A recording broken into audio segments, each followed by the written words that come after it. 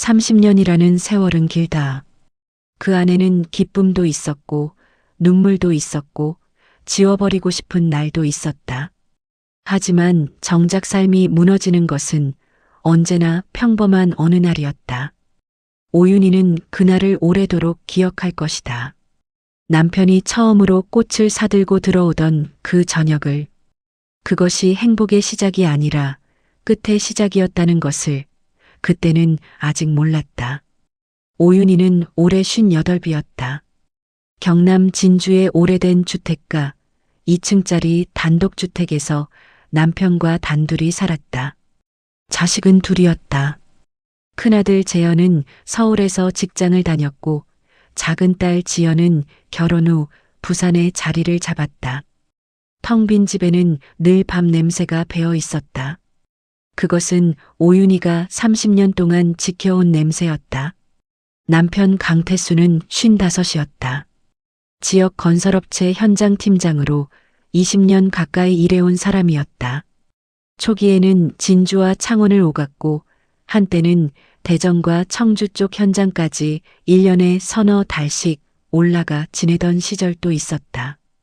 그 시절에는 한 달에 한 번 내려오는 것도 빠듯했다. 아이들이 어렸던 시절이라 오윤희 혼자 집을 지키는 날이 더 많았다.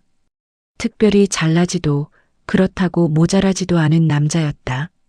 성실하다는 말은 들었어도 다정하다는 말은 들어본 적 없는 사람이었다.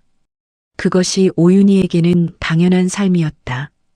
기대하지 않으면 실망도 없다는 것을 오랜 결혼 생활이 가르쳐 주었다. 변화는 봄이 끝나갈 무렵 시작되었다. 4월의 어느 토요일 저녁 강태수가 귀가하면서 편의점 비닐봉투 대신 꽃집 포장지에 쌓인 작은 다발을 들고 왔다. 노란 프리지아였다. 오윤희는 현관에서 잠시 멈칫했다. 결혼기념일도 아니었고 생일도 아니었다. 아무 날도 아닌 날이었다. 왜? 오윤희가 물었다. 강태수는 짧게 웃으며 말했다. 그냥 꽃 보니까 생각나서. 그 말이 이상했다. 30년을 살면서 꽃 앞에서 아내가 생각난 적이 없는 사람이었다. 오윤희는 꽃을 받아들며 고맙다고 했다. 그러나 그날 밤 혼자 부엌에 서서 꽃을 화병에 꽂으면서 이유 없이 손이 떨렸다. 이상한 변화는 그것만이 아니었다. 강태수는 외모에 신경을 쓰기 시작했다. 오래 입던 점퍼 대신 새 재킷이 옷장에 걸렸다. 향수는 예전에도 가끔 썼지만 이제는 출근 전마다 거울 앞에 서서 뿌렸다. 아침 식탁에서 말수가 줄었고 밥을 먹는 눈빛이 어딘가 먼 곳을 향해 있었다. 오윤희는 그것을 처음에는 좋게 해석했다. 나이가 들면서 자연스럽게 달라지는 것이라고 생각했다. 직장에서 젊은 후배들 사이에 있다 보면 외모에 신경 쓸 수도 있다고. 그렇게 스스로를 납득시켰다. 하지만 5월이 되면서 외출이 잦아졌다. 주말 오후마다 이유가 생겼다. 동창 모임, 거래처 접대, 지인 경조사. 하나하나 따지면 말이 되는 이유였지만 모두 합치면 어딘가 어긋나는 패턴이었다. 오윤희는 남편이 돌아오는 시간을 세기 시작했다. 세고 싶지 않았지만 몸이 먼저 기억했다. 6월 초의 어느 저녁이었다. 강태수가 백화점 쇼핑백을 들고 들어왔다. 가방 안에는 실크 스카프가 있었다. 짙은 와인색의 작은 금빛 패턴이 들어간 스카프였다. 가볍게 볼 수 없는 물건이었다. 당신 선물이야. 색깔이 맞을 것 같아서. 강태수가 건넸다. 오윤희는 스카프를 펼쳤다. 그리고 조용히 물었다. 이게 얼마야? 그냥 받아. 값은 왜 따져? 오윤희는 스카프를 개어 봉투에 다시 넣었다. 그날 밤 잠을 이루지 못했다.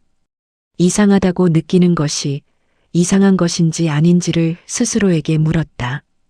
돌아보면 강태수는 결혼 초에도 선물을 잘했다. 신혼 시절에는 월급날이면 꼭 무언가를 사왔다. 그러다 아이들이 생기면서 그런 것들은 자연스럽게 사라졌다. 돈은 항상 빠듯했고 가족 앞에서 부부는 늘 뒷자리였다. 오윤희도 그것을 원망하지 않았다. 자식을 키우고 집을 지키는 것이 자신의 일이라고 생각했다. 그런데 왜 지금인가? 자식들은 이미 다 컸고 집에는 두 사람만 남았다. 이제야 서로를 돌볼 여유가 생겼다고 볼 수도 있었다. 하지만 오윤희의 가슴 한편에는 그렇게 쉽게 납득되지 않는 무언가가 있었다. 그것이 무엇인지 그녀는 아직 이름을 붙이지 않으려 했다.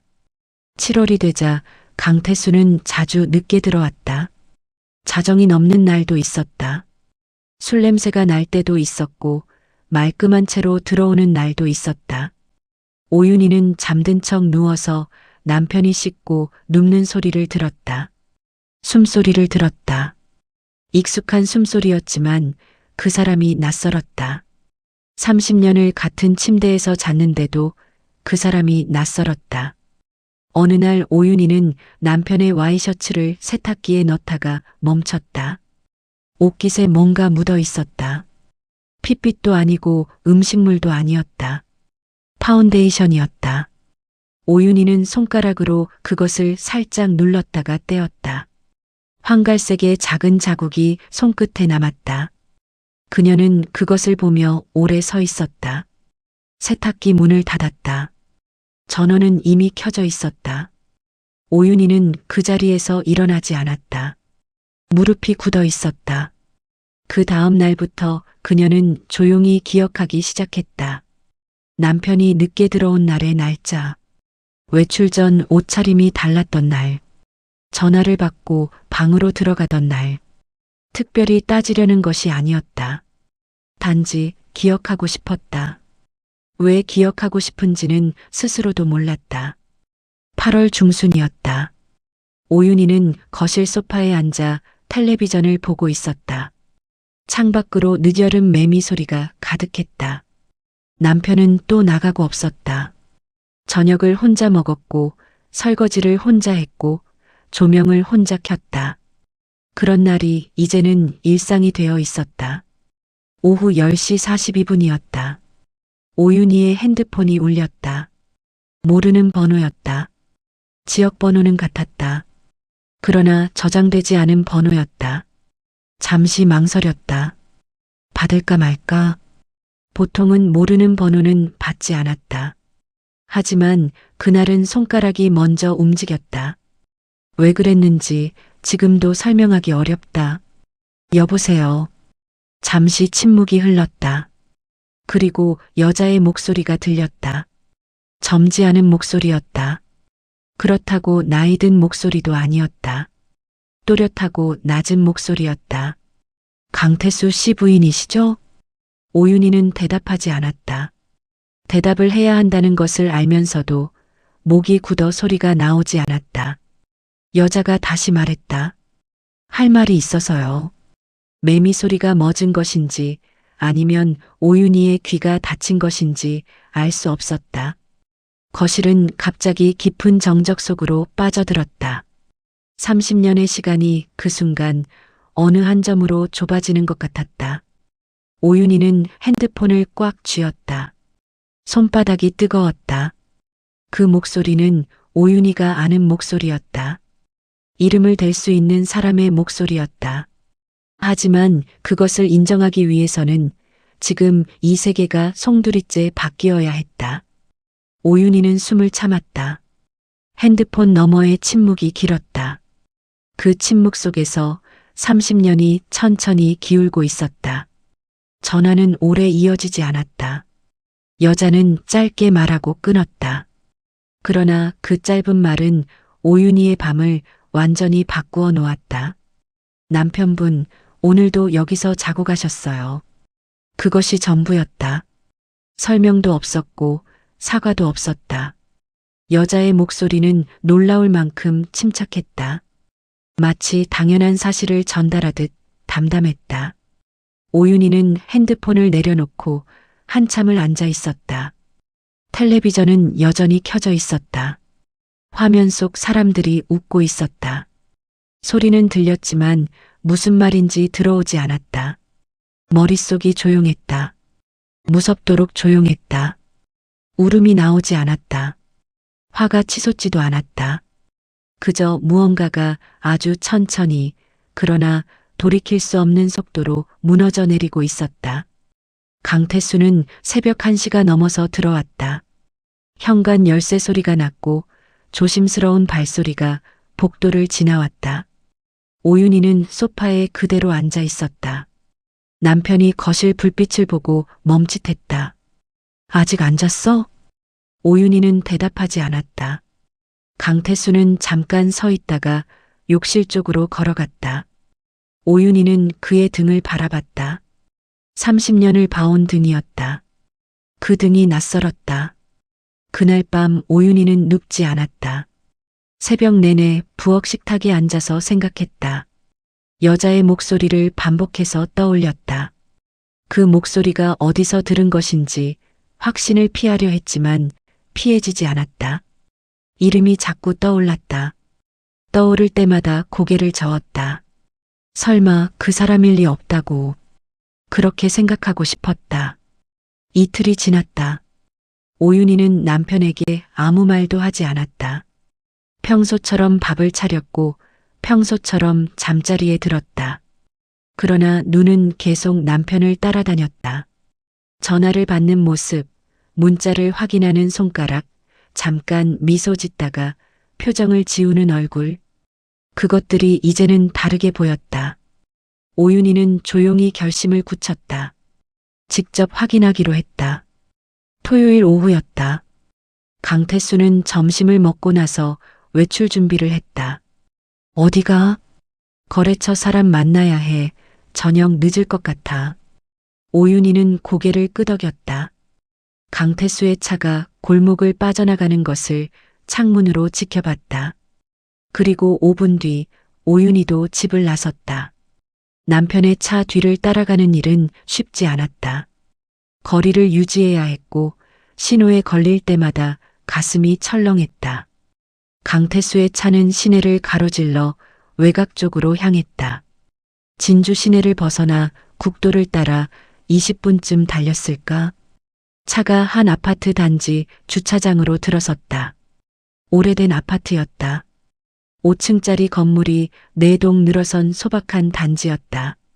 오윤희는 주차장 입구 바깥에 차를 세웠다. 강태수는 트렁크에서 작은 종이봉투를 꺼내 들고 걸어갔다. 오윤희는 차에서 내렸다. 심장이 빠르게 뛰었다. 발걸음은 천천히 움직였다. 남편이 들어간 동 앞에 섰다. 2층 창문에 불이 켜져 있었다. 흰색 얇은 커튼 너머로 두 사람의 실루엣이 보였다. 남자와 여자였다. 남자의 실루엣이 여자 쪽으로 기울었다. 오윤희는 그 자리에 서서 올려다봤다. 발이 땅에 붙어서 움직이지 않았다. 바람이 불었다. 8월의 더운 바람이었지만 몸이 차가웠다. 얼마나 서 있었을까? 2층 계단에서 소리가 났다. 발소리였다. 오윤희는 반사적으로 건물 모퉁이 뒤로 몸을 숨겼다. 발소리는 계단을 내려오다가 멈췄다. 담배 냄새가 났다. 여자 혼자 내려온 것이었다. 라이터 소리가 들렸다.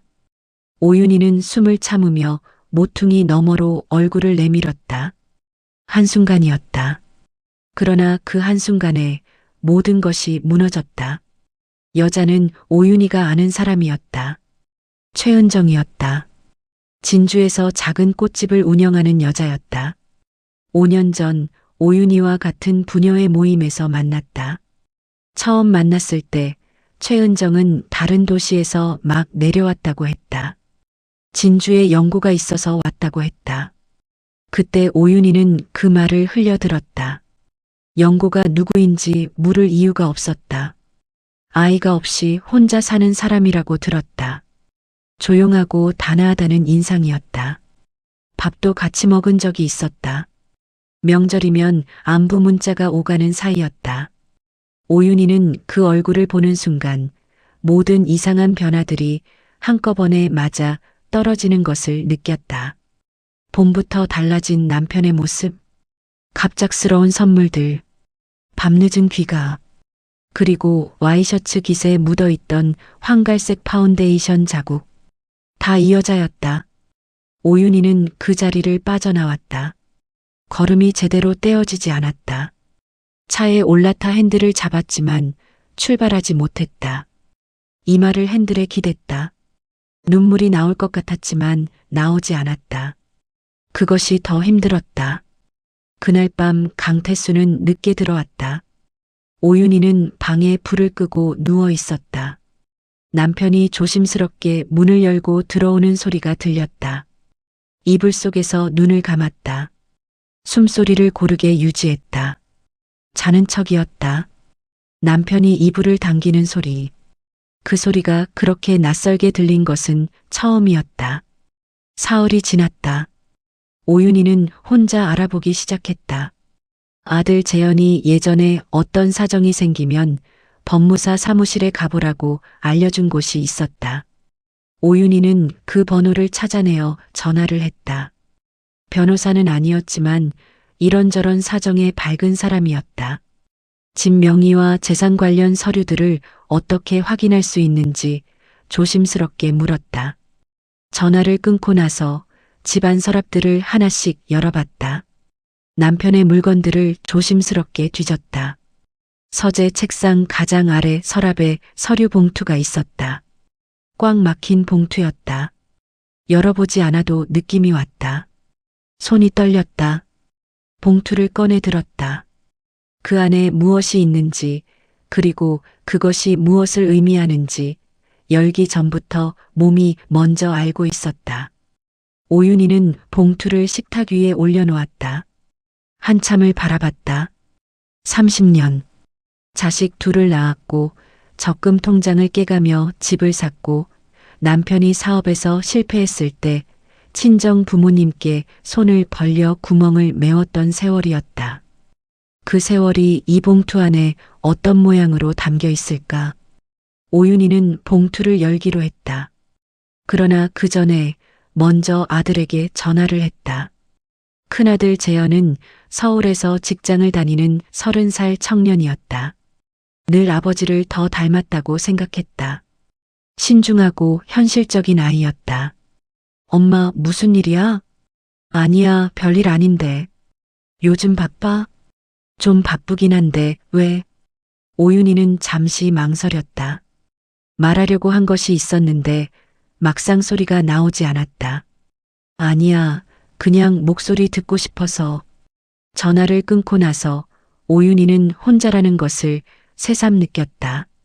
이 사실을 어디서부터 어떻게 꺼내야 하는지 아무것도 정해지지 않았다. 봉투는 식탁 위에 그대로 놓여 있었다. 그녀는 다시 그 앞에 앉았다. 손을 뻗었다.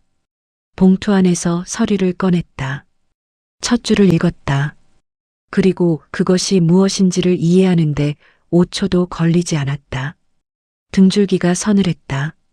부엌 창문 너머로 저녁 햇살이 기울고 있었다. 기우는 빛이 서류지 위에 길게 드리워졌다. 오윤희는 그 서류를 손에 쥔 채로 한동안 앉아 있었다. 이것을 남편에게 들이밀 것인가? 아니면 조금 더 기다릴 것인가? 아니면 전혀 다른 방법을 찾아야 할까? 눈물이 났다. 이번에는 참지 않았다. 소리 없이 아무도 없는 부엌에서 오윤희는 오래 울었다. 그것이 이 싸움에서 울게 되는 마지막 눈물이어야 한다고 생각하면서 서류는 식탁 서랍 안에 넣어두었다. 봉투째로 아무것도 건드리지 않은 상태로 오윤희는 사흘 동안 그 서랍을 열지 않았다. 열지 않아도 내용은 이미 눈에 박혀 있었다. 부동산 양도 확인서. 이 집의 명의가 강태수에서 다른 사람으로 넘어가 있었다. 그 다른 사람의 이름은 최은정이었다. 날짜는 올해 2월이었다. 봄이 오기도 전이었다. 남편이 꽃을 사들고 오기도 전이었다. 오윤희는 그 날짜를 되새길 때마다 가슴 어딘가가 단단하게 굳어가는 것을 느꼈다. 슬픔인지 분노인지 구분이 되지 않았다. 구분하고 싶지도 않았다. 구분하는 순간 그것이 현실이 될 것 같았다. 9월 첫째 주였다. 강태수는 그날도 저녁을 먹고 나서 소파에 앉아 텔레비전을 봤다. 양말을 벗어 테이블 아래 밀어두는 버릇이 있었다. 30년째 고쳐지지 않는 버릇이었다. 오윤희는 그 양말을 집어들다가 손을 멈췄다. 그리고 천천히 서랍을 열었다. 봉투를 꺼내 식탁 위에 놓았다. 강태수는 텔레비전을 보면서 말했다. 뭐야? 오윤희는 대답하지 않았다. 강태수가 고개를 돌렸다. 봉투를 봤다. 그의 얼굴에 표정이 사라졌다. 오윤희는 말했다. 설명해봐요. 강태수는 리모컨을 내려놓았다. 그리고 천천히 일어나서 식탁 앞으로 왔다. 봉투를 손에 들었다가 다시 내려놓았다. 잠시 침묵이 흘렀다. 나중에 얘기하자. 나중이 어딨어요. 강태수는 한번 긴 숨을 내쉬었다. 솔직하게 말할게. 오윤희는 그 말을 기다렸다. 솔직하게라는 말이 어디로 향할지 몸이 먼저 알고 있었다. 은정이하고 오래됐어. 나도 어쩌다 보니 이렇게 됐고 미안하다. 근데 이제 정리를 해야 할 것 같아. 오윤희는 말의 의미를 되새겼다. 정리. 그 말이 자신을 가리키고 있다는 것을 알았다. 정리가 뭐예요? 이제 그만 각자 살자는 거야. 집은 어차피 넘긴 거고 당신한테도 생활비는 줄 테니까.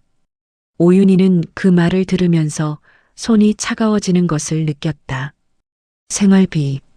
30년의 대가가 매달 받는 생활비였다. 목이 막혔다. 그러나 소리를 높이지 않았다. 그 집, 내가 친정에서 가져온 돈으로 계약금 낸 거예요. 알고 있죠? 강태수는 대답하지 않았다. 법적으로 내 지분이 있어요. 당신 마음대로 넘길 수 있는 게 아니야. 그건 변호사 통해서 얘기하면 되는 거고. 오윤희는 더 이상 말을 잇지 않았다. 남편의 얼굴을 바라봤다. 미안함이 없었다. 불편한 기색은 있었지만 그것은 미안함이 아니었다. 오래 준비해온 사람의 얼굴이었다. 오윤희는 그날 밤 혼자 작은 방에 앉아서 생각을 정리했다. 법적으로 어디까지 싸울 수 있을까? 집이 이미 명예 이전이 된 상태라면 되찾는 것이 가능할까? 혼인 기간 중 취득한 재산이니 분할 청구를 할 수 있다고 들은 적이 있었다. 하지만 법이라는 것은 아는 것과 실제로 해내는 것이 달랐다. 돈도 필요했고 사람도 필요했다. 다음 날 오윤희는 법률구조공단에 전화를 했다. 상담 예약을 잡았다. 사흘 후 상담사 앞에 앉았다. 서류를 내밀었다. 상담사는 서류를 보며 천천히 말했다. 명예 이전 시점이 혼인 관계 중이라면 재산 분할 청구가 가능합니다. 다만 이전 과정에서 법적 절차를 모두 거쳤다면 돌려받는데 시간이 걸릴 수 있어요. 시간이 얼마나요? 소송이 되면 빠르면 1년, 길면 그 이상입니다. 오윤희는 그 말을 들으며 가슴이 내려앉았다. 1년. 그 사이에 자신은 어디서 살아야 하는가? 상담사가 다시 말했다. 지금 그 집에서 나오셨나요? 아직 있어요.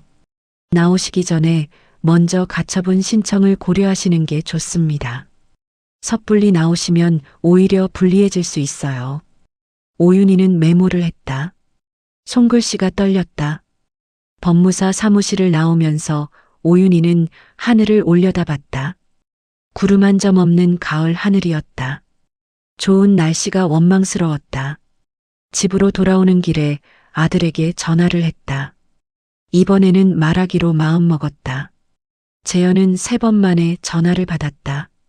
엄마, 나 지금 회의 끝났어. 왜? 오윤희는 천천히 말했다. 재현아, 엄마가 할 말이 있어. 아버지랑 일이 좀 생겼어. 전화 너머로 잠시 침묵이 흘렀다. 무슨 일이야? 아버지가 다른 사람 생겼어. 그리고 우리 집이 그 사람 명의로 넘어가 있더라. 더 긴 침묵이었다. 오윤희는 아들이 어떤 말을 할지 기다렸다. 재현이 말했다. 엄마, 나 알고 있었어. 그 말이 귀를 통과했다. 그러나 뇌가 받아들이는데 시간이 걸렸다. 뭘 알고 있었어? 아버지한테서 연락이 왔었어. 올 봄에. 엄마한테 말하려 했는데 아버지가 본인이 직접 얘기할 거라고 해서. 오윤희는 길가에 멈춰섰다. 지나가는 차들이 소리를 냈다. 그 소리들이 멀게 들렸다. 그래서 넌 아무 말도 안 했어. 엄마, 나도 어떻게 해야 할지 몰랐어. 아버지가 이미 결심한 것 같았고. 오윤희는 전화를 끊었다. 서운함과 배신감이 동시에 밀려왔지만 아들을 탓할 말이 떠오르지 않았다. 재현은 아버지를 닮았다. 현실을 먼저 계산하는 아이였다. 그것을 알면서도 엄마라는 이름은 늘 마지막 보루라고 생각했는데 그 보루마저 흔들렸다. 그날 저녁 강태수는 집에 일찍 들어왔다. 밥을 먹으면서 말했다. 재현이한테 전화했지? 오윤희는 젓가락을 내려놓았다. 그 애도 당신 편이야? 편이 어딨어. 그냥 현실적으로 생각하자는 거지. 오윤희는 밥상에서 일어났다. 방으로 들어가서 문을 닫았다. 소리가 나지 않도록 조심스럽게 닫았다. 방 안이 어두웠다. 불을 켜지 않았다. 침대 끝에 앉아서 손을 내려다봤다. 이 손으로 밥을 짓고 빨래를 하고 아이들 머리를 빗겨주었다. 이 손이 가리킬 수 있는 것이 이제 아무것도 없었다. 집도 남의 것이 되었고 남편도 남의 것이 되었고 아들마저 거리를 두었다. 오윤희는 오래 앉아 있었다. 밖에서는 텔레비전 소리가 났다. 강태수는 아무렇지 않게 텔레비전을 보고 있었다. 그 소리가 견딜 수 없었다. 오윤희는 가방을 꺼냈다. 법무사 상담에서 받아온 자료들을 다시 꺼내 펼쳤다. 형광등을 켰다. 눈이 아팠지만 소리 내지 않았다. 서류를 한 장씩 다시 읽었다. 그리고 그 안에서 오윤희는 한 가지를 발견했다. 명예 이전 서류의 서명란이었다. 부부 공동명예 취득 당시에는 양측의 서명이 있어야 한다는 조항이 있었다. 오윤희는 서명란을 확인했다. 자신의 서명이 있었다. 그러나 오윤희는 그 서류에 서명한 기억이 없었다. 한 번도.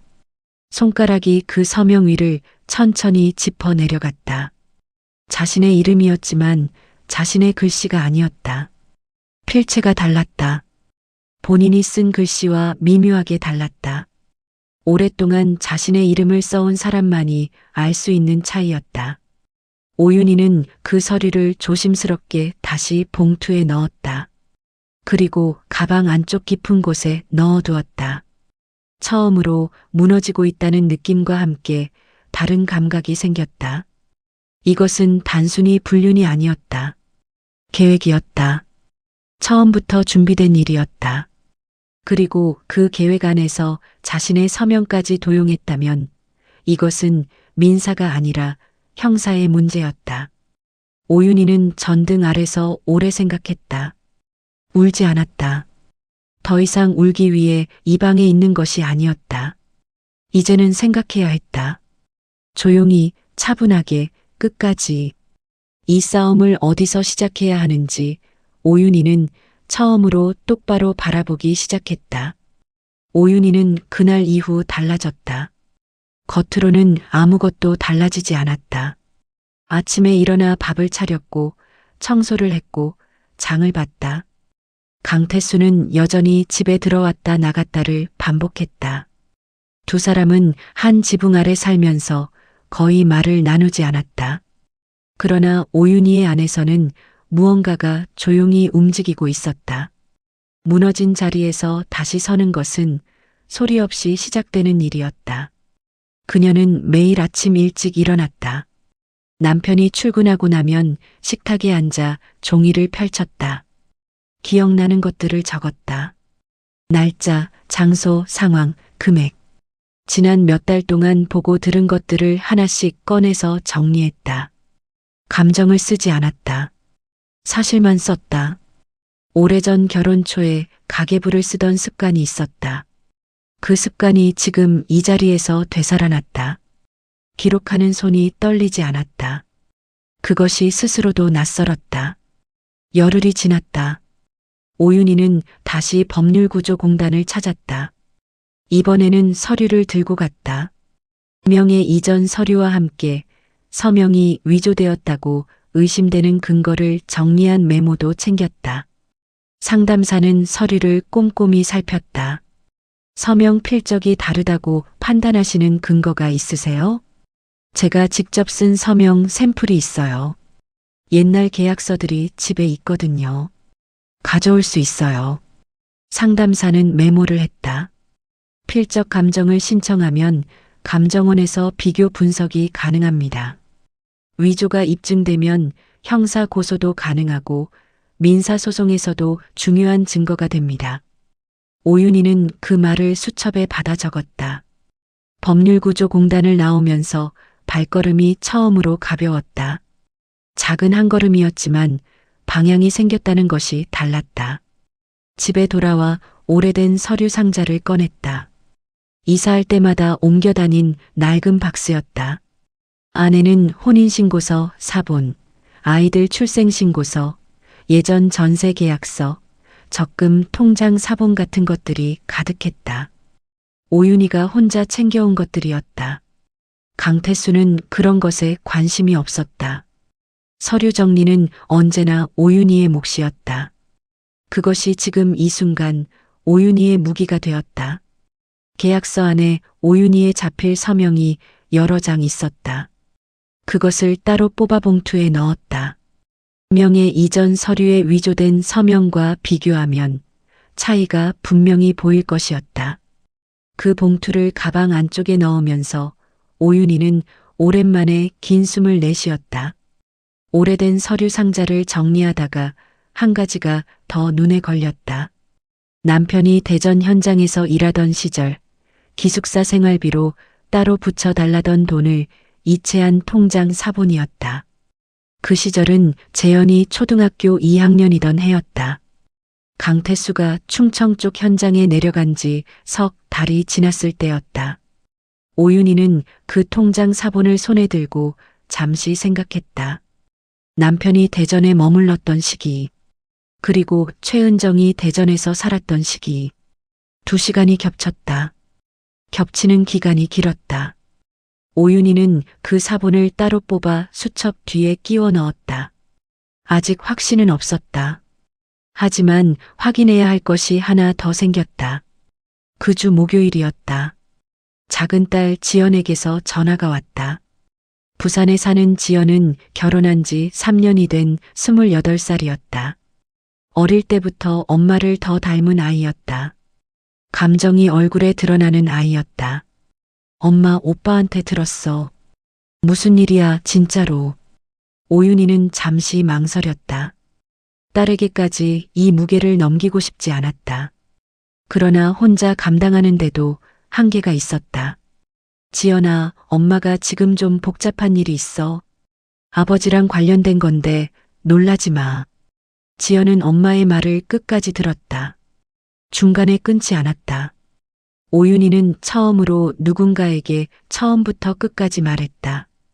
불륜, 명예 이전, 서명 위조 의심, 아들이 알고도 말하지 않았던 것까지. 전화 너머로 지연이 울고 있었다. 소리를 죽이고 있었지만 들렸다. 엄마, 미안해. 내가 더 자주 연락했어야 했는데. 내 잘못이 아니야. 엄마도 티를 안 낸 거지. 지금 어떻게 하려고? 싸울 거야. 조용히, 제대로. 지연은 잠시 침묵했다가 말했다. 엄마, 나 변호사 알아볼게. 부산에 친한 선배 남편이 변호사야. 가정법 쪽 잘 안다고 들었어. 오윤희는 고맙다는 말이 목 끝까지 올라왔다가 잠깐 머물렀다. 고마워, 지연아. 엄마가 고마워하면 어떡해. 내가 더 일찍 알아챘어야 했는데. 전화를 끊고 나서 오윤희는 한동안 핸드폰을 손에 쥐고 있었다. 딸의 목소리가 귓가에 남았다. 혼자가 아니라는 것이 그렇게 크게 느껴진 적이 없었다. 지연이 연결해준 변호사와 만난 것은 그로부터 닷새 후였다. 부산까지 버스를 타고 갔다. 지연이 사무실 앞에서 기다리고 있었다. 딸의 얼굴을 보는 순간 눈물이 날 뻔했지만 꾹 참았다. 지금은 울 자리가 아니었다. 변호사는 40대 초반의 조용한 사람이었다. 서류를 검토하며 천천히 말했다. 명의 이전 과정에서 배우자 동의 없이 진행된 정황이 있고 서명 위조가 입증되면 이건 단순 재산 분할을 넘어섭니다. 사문서 위조에 해당할 수 있어요. 그럼 어떻게 되는 건가요? 형사 고소와 민사 청구를 병행할 수 있습니다. 가처분 신청으로 현재 명의 이전된 부동산에 대한 처분을 일단 막아두는 것이 먼저예요. 오윤희는 고개를 끄덕였다. 할게요. 변호사가 고개를 들었다. 확실하세요? 네. 짧게 대답했다. 머뭇거림이 없었다. 사무실을 나와서 지연과 근처 국밥집에 들어갔다. 두 사람은 한동안 말없이 국밥을 먹었다. 지연이 먼저 말했다. 엄마, 나는 아버지 편 아니야. 오빠는 모르겠지만 나는 엄마 편이야. 오윤희는 숟가락을 내려놓고 딸을 바라봤다. 지연의 눈이 붉어져 있었다. 알아.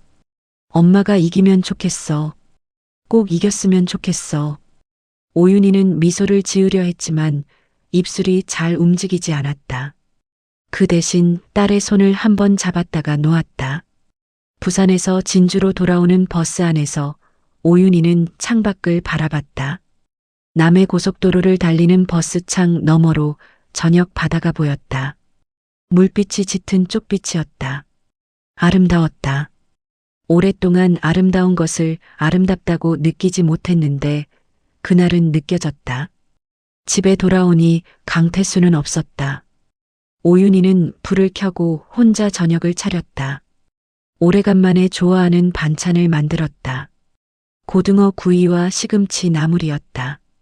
남편이 싫어하는 것들이었다. 30년 동안 밥상에 잘 어울리지 않았던 것들이었다. 혼자 먹으면서 생각했다. 앞으로는 자신이 좋아하는 것을 먹어야겠다고. 그것이 아주 작은 시작이었다. 밥을 먹고 나서 오윤희는 서재 서랍을 다시 열었다. 남편 모르게 조금씩 수집해온 것들이 있었다. 통화 기록 캡처, 남편이 버린 영수증 조각, 외박했던 날짜와 장소를 적은 메모, 그리고 오래전 지인에게 들은 이야기를 다시 떠올렸다. 최은정이 진주에 오기 전 대전에서 살았다는 것, 그리고 그곳에서 아이를 낳았다는 이야기. 당시에는 그냥 흘려들었다. 아이가 없다고 알려진 여자였으니까. 그런데 이제 남편이 대전에 머물렀던 시기와 최은정의 대전 생활이 겹친다는 것을 확인한 뒤로 그 이야기가 다르게 들렸다. 아이가 없다고 알려진 것과 실제로 아이가 없는 것은 다를 수 있었다. 오윤희는 수첩에 그 내용을 따로 표시해 두었다. 그리고 변호사에게 보낼 메모 끝에 한 줄을 덧붙였다. 확인이 필요한 사항이라고. 그것이 무엇을 의미하는지는 아직 몰랐다. 하지만 이 싸움에서 모르는 것을 그냥 두는 것은 이제 오윤희의 방식이 아니었다. 이튿날 오윤희는 변호사에게 연락해 가처분 신청 서류를 접수했다. 손이 떨리지 않았다. 창구 직원이 접수증을 건네며 말했다. 처리까지 2주에서 4주 정도 걸릴 수 있습니다. 오윤희는 고개를 끄덕이며 접수증을 가방에 넣었다. 이제 기다리는 일만 남았다. 기다리는 것은 힘든 일이었다. 그러나 아무것도 하지 않던 때의 기다림과는 달랐다. 그날 밤 오윤희는 일찍 잠자리에 들었다. 오랜만에 잠이 빨리 왔다. 꿈은 꾸지 않았다. 아침에 눈을 떴을 때 창으로 햇빛이 들어왔다. 오윤희는 이불을 걷고 천천히 일어났다. 거울 앞에 섰다. 거울 속 여자는 머리카락이 희끗했고 눈가에 주름이 깊었다. 그러나 눈빛이 달랐다. 며칠 전에 그 눈빛이 아니었다. 오윤희는 거울 속 자신을 한번 바라봤다. 그리고 세면대로 손을 뻗었다. 오늘도 해야 할 일이 있었다. 10월이 되었다. 아침 저녁으로 바람이 차가워졌다. 오윤희는 그 바람을 맞으며 매일 걸었다. 집 근처 강변 산책로였다. 30년을 살면서 제대로 걸어본 적 없는 길이었다. 걸으면서 생각했다. 생각을 정리했다. 그리고 돌아와서 수첩에 적었다. 변호사와 연락을 주고받은 것이 12번이었다. 가처분 신청이 받아들여진 것은 10월 초였다. 최은정 명의로 이전된 집에 처분 금지 가처분이 붙었다. 강태수는 그 사실을 알고 나서 이틀 동안 말을 하지 않았다. 사흘째 되던 날 저녁 식탁 앞에 마주 앉아서 말했다. 변호사 선임한 거야? 네. 돈이 어디 있다고. 걱정 안 해도 돼요. 강태수는 젓가락을 내려놓았다. 처음으로 표정에 균열이 생겼다. 당황한 것이었다. 오윤희는 그 얼굴을 조용히 바라봤다. 더 이상 두려운 얼굴이 아니었다. 그저 낯선 사람의 얼굴이었다. 그 주가 지나고 오윤희는 한 가지를 더 확인했다. 지인을 통해 천천히 물어온 것들이 마침내 하나로 이어졌다. 최은정이 대전에 살던 시절 아이가 하나 있었다는 것, 딸이었다는 것, 그리고 그 아이의 아버지가 누구인지 당시 주변에서 아무도 몰랐다는 것. 오윤희는 수첩을 꺼내 날짜를 다시 짚었다. 강태수가 대전 현장에서 일하던 기간, 최은정이 대전에 머물던 기간, 그 아이의 나이를 역산했을 때 나오는 시점. 세 가지가 정확하게 겹쳤다. 오윤희는 수첩을 덮었다. 더 이상 적을 필요가 없었다. 그러나 오윤희가 확신한 것은 그 반대였다. 강태수는 그 아이의 존재를 몰랐다. 대전 시절이 끝나고 진주로 돌아온 뒤로 두 사람 사이는 끊어진 줄 알았을 것이다. 그런데 5년 전 최은정이 진주로 내려왔다. 강태수의 연고지로. 아이를 데리지 않고 혼자. 아이는 대전 어딘가에 남겨두었다. 왜 내려왔는지, 왜 그 시점이었는지. 오윤희는 그 이유를 다 알 수 없었다. 하지만 강태수가 그 아이를 자신의 자식이라고 알고 있는지 모르고 있는지 그것이 이 자리에서 확인되어야 했다.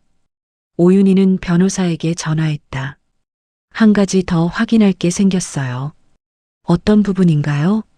상대방 여성에게 아이가 있는 것으로 알고 있어요. 그 아이의 출생 시기와 남편과의 관계에 대해 확인할 방법이 있을까요? 변호사는 잠시 생각하다가 말했다. 공적 서류 열람에는 한계가 있습니다만 상대방을 직접 만나는 자리를 마련하신다면 그 자리에서 확인하는 방법도 있습니다. 증인이 있는 자리라면 더욱 좋고요. 오윤희는 전화를 끊었다. 자리를 마련하기로 했다. 조용히 그러나 제대로. 연락은 오윤희가 직접 했다. 최은정에게 문자를 보냈다. 짧게 썼다. 할 말이 있습니다. 한 번만 만나주세요. 답장은 하루가 지나서 왔다. 어디서요? 진주 시내 조용한 카페를 골랐다. 창가가 아닌 안쪽 자리였다. 오윤희는 강태수에게도 연락했다. 문자로 보냈다. 같이 오세요. 셋이서 얘기해야 할 것 같아요. 강태수는 1시간 동안 답장이 없었다. 그리고 짧게 왔다. 알겠어. 약속 날은 10월 중순 오후였다. 오윤희는 약속 시간보다 30분 일찍 카페에 도착했다. 창밖으로 낙엽이 지고 있었다. 노랗고 붉은 잎들이 바람에 흔들렸다. 커피를 한 잔 시켰다. 손이 떨리지 않았다. 강태수가 먼저 왔다. 오윤희와 눈이 마주쳤지만 말이 없었다. 맞은편에 앉았다. 최은정은 5분 후에 들어왔다. 진회색 코트를 입고 있었다. 표정이 굳어 있었다. 오윤의 맞은편이 아니라 강태수 옆에 앉았다. 셋이 삼각형으로 마주 앉은 모양이었다. 침묵이 흘렀다. 먼저 말한 것은 오윤이었다. 목소리가 낮고 고르렀다. 바쁜데 와줘서 고마워요. 아무도 대답하지 않았다. 오윤이는 가방에서 서류 봉투를 꺼냈다. 안에는 몇 장의 종이가 있었다. 가처분 결정사본, 필적 감정 의뢰 확인서, 그리고 변호사와 주고받은 서면 일부였다. 식탁 위에 펼치지는 않았다. 그냥 손 위에 올려놓았다. 집 이야기는 법으로 할 거예요. 오늘은 그 이야기 하러 온 게 아니에요. 강태수가 말했다. 그럼 뭐하러 온 거야? 오윤희는 강태수를 보지 않았다. 최은정을 바라봤다. 은정 씨, 딸이 있죠? 최은정의 눈이 흔들렸다. 그게 무슨, 대전에 있을 때 낳은 딸이요. 지금 몇 살이에요? 최은정은 입을 다물었다. 강태수는 눈썹을 찌푸렸다. 갑자기 그게 무슨 소리야? 오윤희는 그제야 강태수를 바라봤다. 당신 그 아이 알아요? 강태수는 대답하지 않았다. 오윤희는 천천히 말을 이어갔다. 은정 씨가 대전에서 진주로 내려온 게 5년 전이에요. 그런데 두 사람이 처음 만난 건 그 전이라고 했죠. 당신이 그쪽 현장 나가던 시절. 강태수의 턱이 굳었다. 그 아이 나이를 거꾸로 세어보면 그 시절이 나와요. 카페 안이 조용해졌다. 음악 소리만 낮게 흘렀다. 오윤희는 다시 최은정을 바라봤다. 그 아이, 이 사람 딸 아니죠? 최은정은 고개를 들지 않았다. 강태수가 말했다. 야, 무슨 말도 안 되는. 오윤희는 말을 막지 않았다. 그냥 기다렸다. 최은정이 오랫동안 침묵하다가 천천히 입을 열었다. 그 아이 아버지는 따로 있어요. 강태수가 굳었다. 나는 그 사람한테 말한 적 없어요. 말할 수가 없었어요. 오윤희는 그 말을 들으며 고개를 끄덕였다. 예상한 대로였다. 그러나 예상했어도 듣는 것은 달랐다. 강태수의 얼굴이 무너지는 것이 보였다. 그가 지키려 했던 것이 무엇인지 오윤희는 알았다. 새로운 사랑이라고 믿었던 것, 자신이 선택한 여자, 그 여자와의 미래. 그것이 지금 이 자리에서 다른 모양으로 드러나고 있었다. 최은정은 손을 테이블 위에 올려놓은 채 말했다. 저도 미안해요, 윤희 씨. 이렇게 되면 안 됐는데. 오윤희는 그 말에 바로 대답하지 않았다. 미안하다는 말이 무엇을 돌려줄 수 있는지는 오윤희가 더 잘 알았다. 아무것도 돌려주지 못했다. 그러나 그 말을 듣고 싶었던 것도 사실이었다. 오윤희는 서류 봉투를 다시 가방에 넣었다. 오늘은 이것만 확인하면 됐어요. 나머지는 법대로 할 거예요. 두 분도 변호사 선임하시는 게 좋을 거예요. 자리에서 일어섰다. 코트를 들고 가방을 걸었다. 강태수가 말했다. 윤희야. 오윤희는 돌아보지 않았다. 30년 만에 처음으로 그 이름을 부르는 목소리를 외면했다. 그것이 잔인한 것인지 당연한 것인지는 몰랐다. 다만 더 이상 그 목소리에 멈출 이유가 없었다. 카페 문을 열고 나오니 바람이 불었다. 낙엽 한 장이 발 앞에 떨어졌다. 오윤희는 그 잎을 한번 내려다보고 걸었다. 지연에게 전화를 했다. 끝났어? 응. 어떻게 됐어? 생각한 대로 됐어. 엄마, 괜찮아? 오윤희는 잠시 걸음을 멈추었다. 괜찮은가? 괜찮지 않은 것들이 많았다. 30년이 이렇게 끝나가는 것이 괜찮을 리 없었다. 그러나 지금 이 순간 발이 땅에 붙어 있었다. 쓰러지지 않았다. 그것이 괜찮다는 것과 다르지 않았다. 응, 괜찮아. 소송은 이듬해 봄까지 이어졌다. 필적 감정 결과는 위조로 판정났다. 명예 이전 계약은 효력을 잃었다. 집은 다시 오윤희의 이름으로 돌아왔다. 강태수는 끝까지 버텼지만 법은 오윤희의 편이었다. 재현은 판결이 난 뒤 내려왔다. 소송이 길어지는 동안 재현은 여동생 지연과 여러 번 통화를 했다. 지연은 오빠에게 숨기지 않았다. 엄마가 혼자 얼마나 오래 버텨왔는지를. 그 말이 재현에게는 무거웠다. 현실을 먼저 계산하던 아이였지만 엄마의 30년을 외면할 수는 없었다. 판결 소식을 들은 날 재현은 곧장 짐을 챙겼다. 말이 없는 아이였지만 현관 앞에서 오랫동안 서 있었다. 엄마, 미안해. 내가 진작 말했어야 했어. 오윤희는 아들을 안지 않았다. 어깨를 한번 토닥였다. 됐어. 내가 이렇게 온 것만으로 됐어. 지연은 그 옆에서 훌쩍이고 있었다. 오윤희는 아이들을 식탁에 앉히고 밥을 차렸다. 고등어 구이와 시금치 나물이었다. 남편이 없는 식탁이었지만 자식들이 있었다. 셋이서 밥을 먹었다.